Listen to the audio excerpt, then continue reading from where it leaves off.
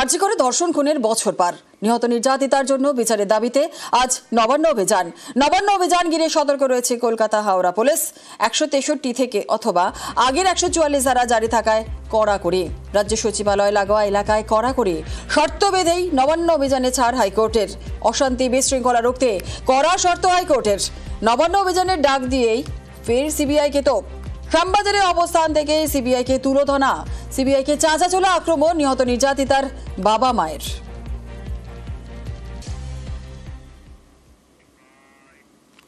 আমরা সমস্ত ধরনের লোককে আবেদন জানাই, সমস্ত দলকে, সমস্ত পশ্চিমবঙ্গে যত রাজনৈতিক দল আছে সবাইকে আমরা আহ্বান জানিয়েছি নবান্ন অভিযানে যোগ দেওয়ার জন্য। আরজিকর ধর্ষণ খুনের 1 বছর, ফের পথে জুনিয়র ডাক্তারদের সংগঠন। কলেজ স্কোয়ার থেকে শ্যামবাজার পর্যন্ত মশাল মিছিল। শ্যামবাজার মোড়ে রাতভর অবস্থান বিক্ষোভ।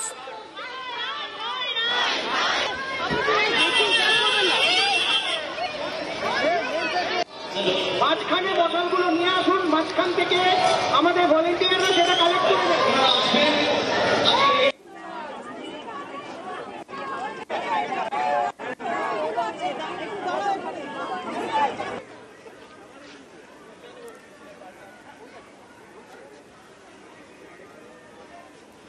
ফের পথে জুনিয়র ডাক্তারদের সংগঠন। আরজিকর ধর্ষণ খুনের 1 বছর, কলেজ স্কোয়ার থেকে শ্যামবাজার পর্যন্ত মশাল মিছিল। শ্যামবাজার মোড়ে রাতভর অবস্থান বিক্ষোভ।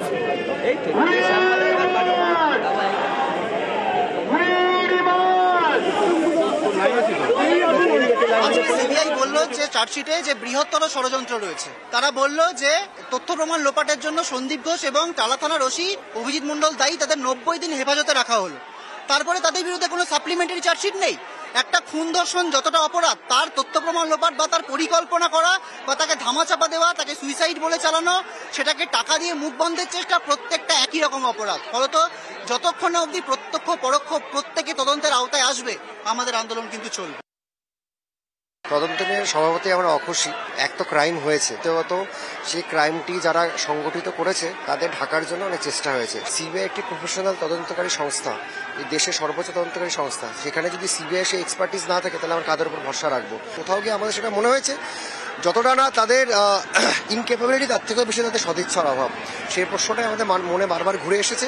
কি সেই অদৃশ্য শক্তি, কি সেই অদৃশ্য যোগসাজশ যার জন্য এই তদন্ত একটা খুবই গোয়েঙ্গচ্ছ ভাব নিয়ে এগিয়েছে এবং তার সঠিক যে সূত্রগুলো ছিল সেগুলোকে পর্যালোচনা হয়নি এবং সেগুলো বেরিয়ে আসেনি। নিয়ে আমরা একদম পরিষ্কার আমাদের কথা রেখেছি যে এই তদন্ত যেটা হয়েছে সেটা কোনো রকমের অ্যাপ্রোপ্রিয়েট তদন্ত হয়নি।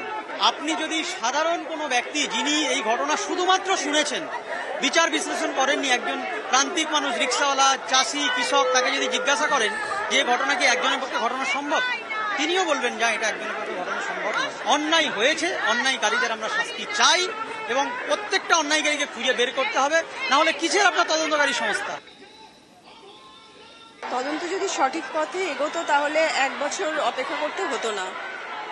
এটা কখনো খুব সামান্য, খুব স্বাভাবিক বুদ্ধি যার আছে, কম বুদ্ধি যার আছে, সেও বোঝে এরকম একটা ঘটনা একজনের পক্ষে পরিণতি দেওয়া সম্ভব নয়।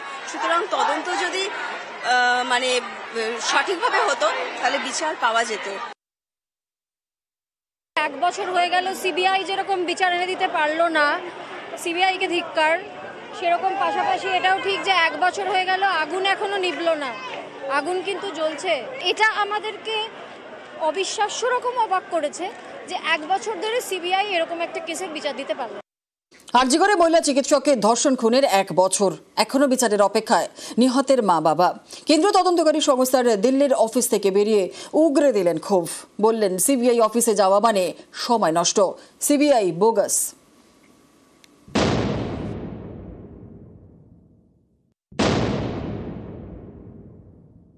সিবিআই ডিরেকশনে দেখা হলো, সিবিআই এর মতন 140 কোটি লোক যাদের দিকে তাকিয়ে থাকে, যাদের ভরসায় দিন যাপন করে, তারা যে এত ভোকাস একটা জিনিস হতে পারে সে অভিজ্ঞতা আজকে আমার হয়েছে।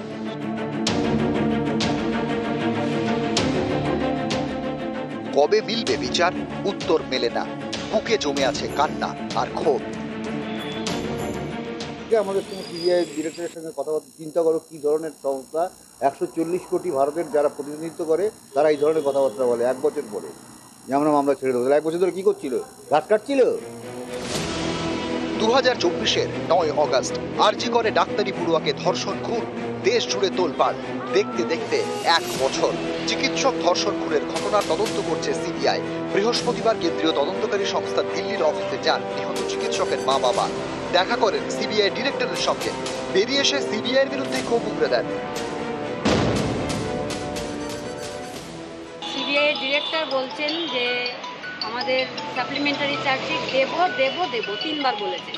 আমাদের যে আইও আর আমাদের যে এখন ইনভেস্টিগেট অফিসার, ওনারা দুজনেই বলছেন সঞ্জয় রায় একাই করেছে, আর কেউ এই সব কোনো ধর্ষণের সঙ্গে জড়িত নয়। এখানে আসার সময়টাই আমাদের নষ্ট হয়েছে। সিবিআই ডিরেক্টরের সঙ্গে দেখা হলো। সিবিআই এর মতন 140 কোটি লোক যাদের দিকে তাকিয়ে থাকে, যাদের ভরসায় দিন যাপন করে, তারা যে এত ভোকাস একটা জিনিস হতে পারে সে অভিজ্ঞতা আজকে আমার হয়েছে। সিবিআই ডিরেক্টর নিজে বলছে আমরা এই মামলা ছেড়ে দেবো। আমি কোর্টে গিয়ে বলুন, আপনারা কোর্টে গিয়ে আপনাদের বলতে কি অসুবিধা? আমাদের ইচ্ছা করে আপনাদের দেয়নি। আমাদের কোনো কোশ্চেনের জবাব ওনাদের কাছে নেই, এই জন্য ওনারা বলছেন কেস আমরা ছেড়ে দেবো। 140 কোটি ভারতের যারা প্রতিনিধিত্ব করে তারা এই ধরনের কথাবার্তা বলে 1 বছর পরে যে আমরা মামলা ছেড়ে দেবো। 1 বছর ধরে কি করছিল? গাছ কাটছিল?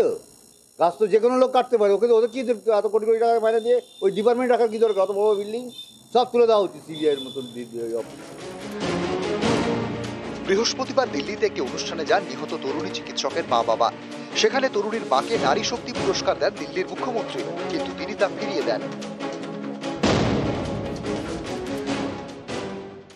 আমাদের দিল্লির মুখ্যমন্ত্রী রেখা গুপ্তা আমাকে একটা নারী শক্তি অ্যাওয়ার্ড দিয়েছিলেন, ওটা আমি ওনার হাতেই প্রত্যাখ্যান করেছি। আমি বলেছি যেদিন আমি মেয়ের ন্যায় বিচার পাবো, মুঝে ন্যায় চাইয়ে, সেদিন আপনার থেকে এটা নেব। ওনার কাছে ফিরিয়ে দিয়েছে। শুক্রবার কলকাতায় ফিরেছেন নিহত তরুণী চিকিৎসকের মা বাবা। এদিন রাতেই কর্মসূচি।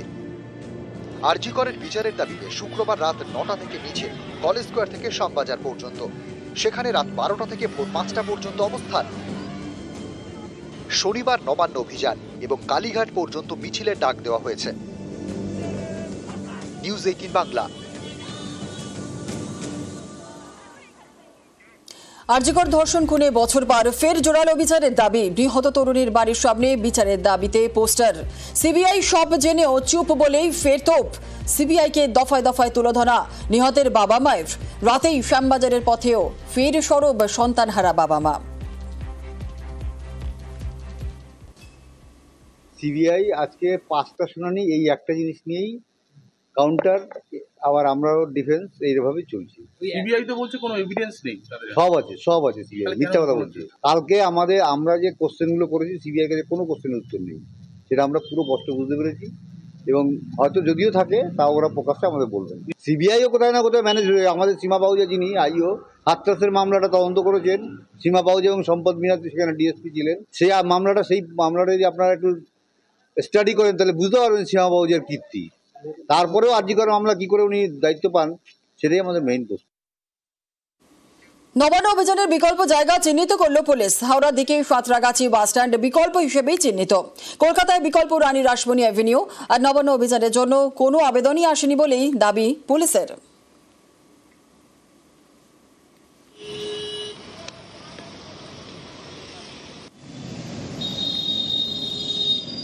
প্রশাসন উপযুক্ত বিকল্প জায়গা এই প্রতিবাদ কর্মসূচির জন্য চিহ্নিত করে সংগঠকদের জানাতে পারে।